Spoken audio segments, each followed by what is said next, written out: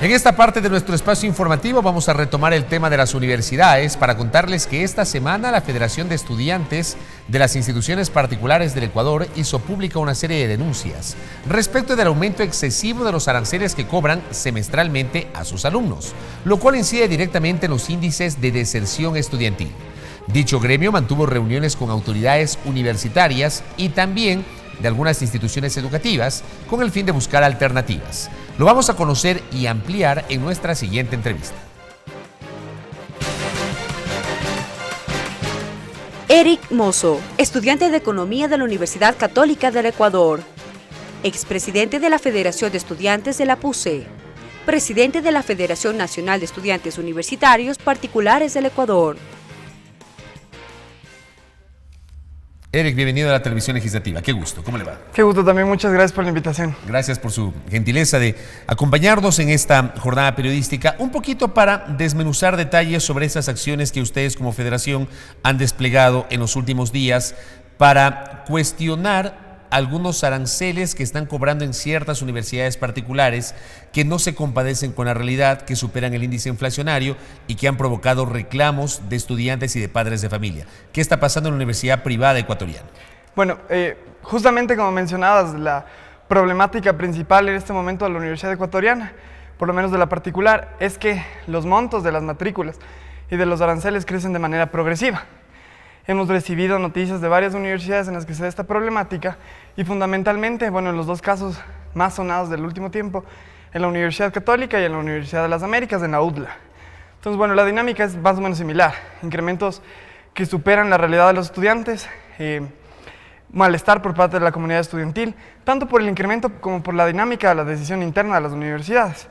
Es decir, los estudiantes tenemos derecho, por la LOES, a cogobierno, pero lo que sentimos es que muchas de las veces nuestra participación en los organismos de toma de decisiones es bastante limitada. Es decir, en ese sentido, por ejemplo, una de las principales demandas de los estudiantes de la UDLA era que no fueran parte del proceso de toma de decisiones y tampoco fueran debidamente informados. Es decir, se enteraron de los pagos que tenían que hacer y del incremento justo el día que tenían que pagar. Entonces, bueno, esto genera una serie de problemáticas en el estudiante, también genera una serie de problemáticas en el entorno familiar y es por eso justamente que los estudiantes han decidido movilizarse. Ahora, esa movilización de los estudiantes, y eso ha quedado claro, ha sido materia de una serie de reportajes incluso de medios de comunicación impresos y televisivos, han generado o han desembocado en diálogos con las autoridades de algunas universidades y también con autoridades del Consejo de Educación Superior. ¿Es posible solucionar este tema, esta problemática sobre la cual hay justamente estas inquietudes por parte de los estudiantes universitarios a efectos de que se pueda reducir este índice de deserción que evidentemente es uno de los temas que mayor preocupación genera ahora mismo a los estudiantes? Justamente, bueno, lo que nosotros hemos apuntado en el sentido de las posibles soluciones de esta problemática están sobre todo el reglamento de regulación de aranceles, matrículas y derecho en las instituciones de educación superior particulares.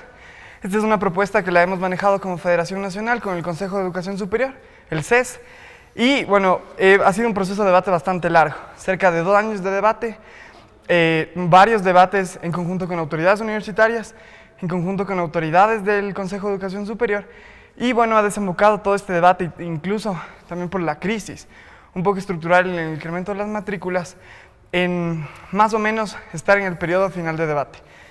El Consejo de Educación Superior en nuestros últimos encuentros nos ha manifestado que el reglamento se promulgaría en el mes de agosto, a finales del mes de agosto. Entonces, ¿para todas las universidades particulares? Es para todas las universidades particulares y de manera permanente. Es decir, bueno, en este momento nosotros contamos con resoluciones del CES que ponen topes a los incrementos de las matrículas de los estudiantes. Por ejemplo, la más conocida en los últimos días es aquella que dice que las matrículas y los aranceles solo pueden subir en un monto equivalente a la inflación del año anterior, es decir, 3.75%. Como hemos visto, la dinámica de varias universidades, en especial la Católica y la UDLA en estos momentos, no es esa. Es de incrementar, en el caso de la UDLA, por ejemplo, en más del 100%, en el caso de la Universidad Católica, cerca del 30% semestral. Pero ¿cuál es el argumento de estas dos universidades para operar con esos incrementos? El principal argumento que ellos manejan, bueno, por ejemplo, en la Católica, era el argumento de la mejora de los salarios de los docentes, por un lado, por otro lado, las mejoras en infraestructura de la universidad, pero como nosotros hemos visto ya en el plan de inversiones de la institución, muchas de las veces los incrementos sobrepasan los montos de inversión. En la Católica, por ejemplo, se incrementan las matrículas y justo este semestre, por ejemplo, no se incrementa el monto de inversiones. Entonces, bueno, nosotros vemos que sí pueden haber algunos justificativos, pero la dinámica interna de las universidades como que nos da para pensar que también son otros los problemas. Entonces, bueno, estamos manejando esta propuesta de reglamento, también conscientes de la realidad y de la mejora continua que debe tener la Universidad Ecuatoriana.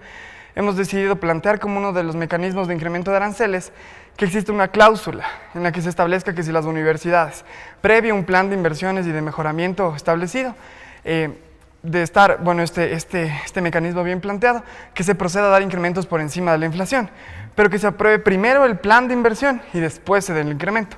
No como ocurre para que haya una razón de ser que justifique ese posible incremento o esa posible revisión de los aranceles. Y que justamente ese estudio técnico sea revisado por el CES. Y que no se sienta que es discrecional por parte de la universidad. Porque lo que nosotros vemos muchas de las veces en las universidades es que primero se dan los incrementos y después se tratan de cumplir las promesas de mejora. Y la mayor parte de las cartas que recibimos son de estudiantes que dicen, bueno, acepto que nos suban, pero quiero palpar las mejoras. Entonces, en ese sentido, nosotros creemos que tienen que establecerse máximos y mínimos, bueno, también algunas cosas estructurales en las universidades para los incrementos, porque si no se pueden derivar en abusos que a la final afecten mucho a los estudiantes, a sus familias y a la sociedad. ¿Y qué pasa? Y pregunto, ¿qué pasa con aquellos que no tienen para pagar el incremento? Le pregunto a Eric Mozo si hay casos de estudiantes que desertaron porque no pueden pagar el nuevo valor del arancel que está cobrando la universidad. Claro, bueno, la mayor parte de esos estudiantes tienen dos alternativas, básicamente. Dejar de estudiar y tratar de financiar sus estudios con un crédito público-privado. La mayor parte de las veces privado, porque como los incrementos se dan de manera abrupta, por ejemplo, suceden cuando un estudiante se encuentra en cuarto semestre, quinto semestre de 8, de 10, a veces no hay la capacidad de refinanciar las deudas que se tienen o que se adquirieron en un principio para estudiar. Entonces, lo que vimos, por ejemplo, en la Universidad Católica, de acuerdo a nuestras encuestas, es que 3 de cada 5 estudiantes se endeudaron para seguir estudiando. Entonces, es un número que nos alarma mucho.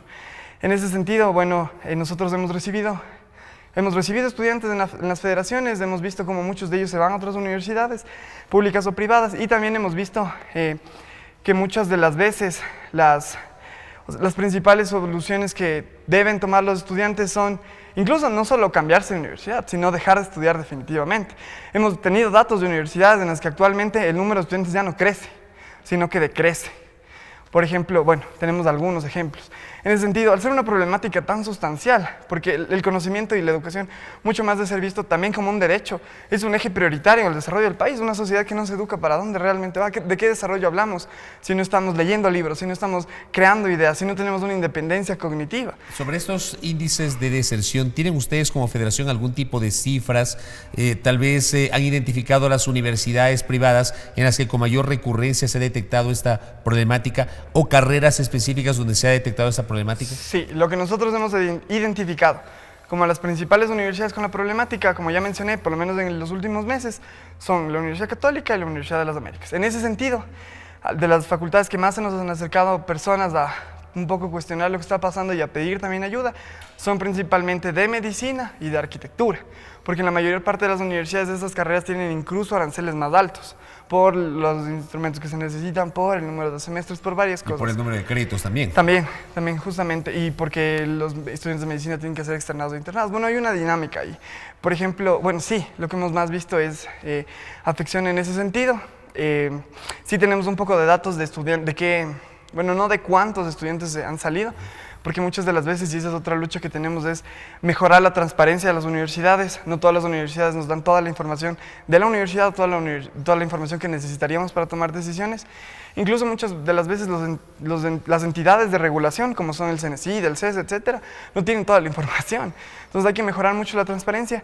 Y en ese sentido, bueno, no sabemos cuántos estudiantes han ido a la final en números, pero lo que hemos visto en encuestas es, por ejemplo, que los estudiantes catalogados en algunas universidades como socioeconómicamente más vulnerables han desertado 1 de cada 10 en un semestre, por ejemplo, como pasó a principios del 2014, y más o menos así. Pese a que eventualmente tienen pensión diferenciada, me imagino. Eso, justamente en la pensión diferenciada se categoriza a los estudiantes sobre el nivel de vulnerabilidad socioeconómica. Y lo que nosotros hemos visto con toda seguridad es que los estudiantes más vulnerables son los más afectados. Es decir, estas medidas que incrementan de manera sustancial y de igual manera a todos los estudiantes les afecta más a los que menos tienen. Eso también nos genera una dinámica que nos preocupa en las universidades, porque de una u otra manera la universidad particular se está convirtiendo en una zona de reproducción de clases sociales, que es todo lo contrario de lo que debería buscar la educación, al ser inclusiva, plural y sobre todo equitativa y justa. Entonces, en ese sentido, nos preocupa bastante lo que ocurre.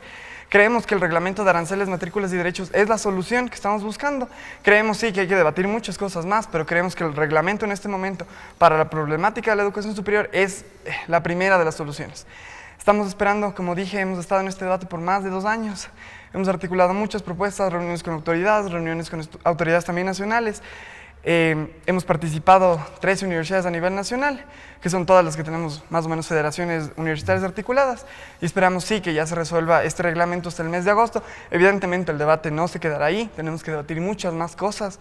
Hemos debatido, por ejemplo, temas de la Ley Orgánica de Educación Superior, que está por cumplir 5 años, es un deber de los estudiantes justamente revisarla y debatirla. Y hemos debatido muchas más cosas, pero en este momento, por la problemática de la educación superior en el Ecuador, este reglamento es necesario. Correcto. Cierro esta entrevista solamente con una última reflexión. Usted preside la Federación de Estudiantes de las Universidades Particulares, estudia en la Católica, pero ha mencionado que la Católica es una de las 2 universidades que han sido materia de estos cuestionamientos. ¿Le ha generado esos problemas a usted en la universidad? Bueno, en el 2014, durante todo el 2014, yo estuve en funciones como presidente de la Universidad Católica. Después, durante la marcha de este periodo, fui electo también presidente de la Federación Nacional. Sí, hay que recalcar que las acciones o las reacciones de las autoridades universitarias, no únicamente conmigo, con el movimiento que se generó en la Universidad Católica, sino en general, a veces no son las más adecuadas. No es abrir los portales de diálogo, sino a veces como que enfrentar primero, debatir después. Obviamente tuvimos un poco de problemas en la universidad, se dieron un poco de amenazas también, nunca se concretaron gracias a la dinámica que se tuvo en el movimiento, quizás también al eco que tuvo esto en la opinión pública, porque es muy importante que la sociedad se preocupe por lo que ocurre en educación. En ese sentido, obviamente, y gracias a todo lo que se dio, no se concretó ningún tipo de sanciones. Esperamos que esa sea la línea, y también hacemos un llamado a las autoridades universitarias, a entender que los estudiantes no buscamos afectar directamente a nadie, sino que lo que principalmente buscamos es un mejor futuro para la educación en el Ecuador y para los estudiantes fundamentalmente. Muy clara su posición. Gracias, Eric, por la gentileza. Gracias. Eric Mozo, quien es el presidente de la Federación de Estudiantes de las Universidades Particulares del Ecuador.